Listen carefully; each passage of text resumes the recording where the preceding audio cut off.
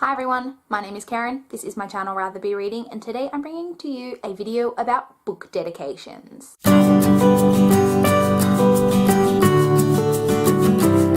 So book dedications is one of my favorite things to read when I'm reading a book. If you don't know what I'm talking about the couple of sentences that's normally in the front of a book where the author dedicates the book to someone in whatever manner that they choose, and I really love reading the book dedications. I actually get upset sometimes when there's no dedication because I just feel like, why would you waste the opportunity to dedicate a book to someone? Although I also do assume that sometimes it's not necessarily that the author didn't dedicate the book, it's that in that particular printing the publishers chose not to include the dedication page, which is really sad because, again, why would you not include that page? Because I really love it. So in this video I'm just going to go through, I basically went through every book on my read shelves. I did not go through my TBR shelf, but I went through every book on my read shelves and I've read all of the dedications, and I have picked out a few that I want to talk to you guys about. So let's jump in. So the first book dedication I want to talk to you about is in The Spellmans Strike Again by Lisa Lutz. This is the fourth book in the Spellmans series, and this one I found really interesting because it's got a bit of a comical feel, and it also just really intrigued me. Like, I want to know more.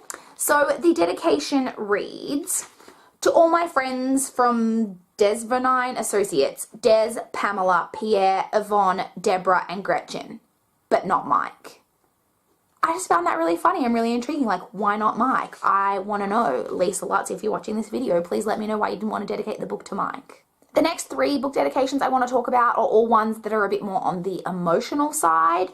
So the next one I want to talk about is from Ruin and Rising by Leigh Bardugo. This is the third and final book in the Grisha trilogy.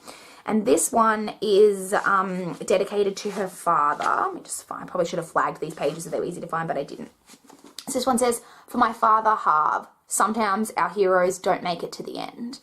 And I just thought that was really beautiful. I gather from that her father passed away and didn't get to see the end of the trilogy, which is really sad, but it's just a really beautiful book dedication, and it really plays into that, you know, sometimes your favorite characters don't make it to the end, and I just really love that book dedication. I think it's really beautiful. Next, we have another dedication to a father, and that is in Exposed by Kimberly Marcus. This is a book that I haven't mentioned in a while, but is a book written in verse that surrounds friendships that I really love. So if you haven't read it, do check it out.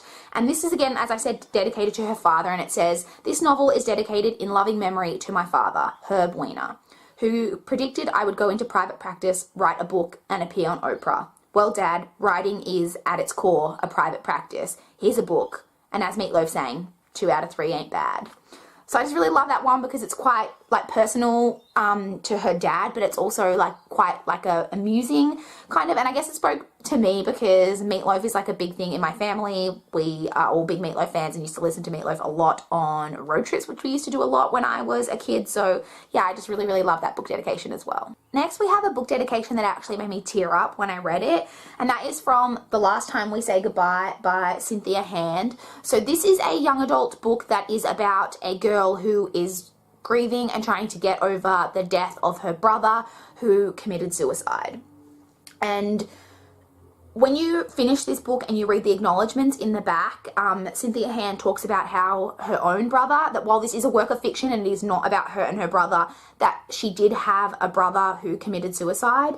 And so when I read the acknowledgements, it was very emotional, but also I would have read the dedication at the start of the book, and reading it now again, knowing that, because I didn't read the dedication obviously when I finished the book, the dedication says, "For Jeff, because this is the only way I know to reach for you." And I say that's just really emotional, and knowing what you know when you get to the end of the book and then reading that dedication again, it really just like hits me in the feels, honestly. Next, we have a dedication by one of my favorite authors, and that is the dedication in Saint Anything by Sarah Dessen. So this is her second most recently published book, and the dedication in this one just really spoke to me. This one says, "For all the invisible girls and for my readers, for seeing me."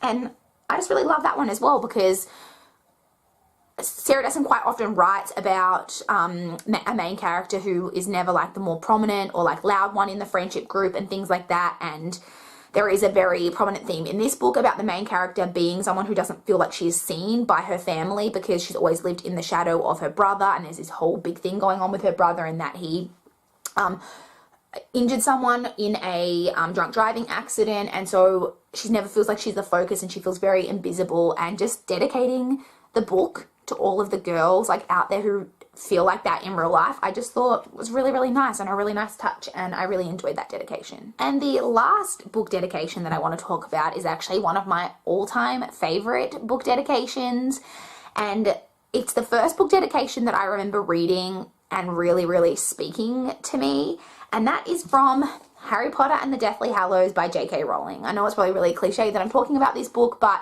when I read the dedication of this when I was younger, and when I say younger, I think, yeah, I was 19 when this was published. I wasn't like that young, but this is the first time I felt really seen by an author, even though I know J.K. Rowling doesn't know who I am. But the dedication in this, so if you didn't know, reads, "The dedication of this book is split 7 ways. To Neil, to Jessica, to David, to Kenzie, to Di, to Anne, and to you, if you have stuck with Harry until the very end."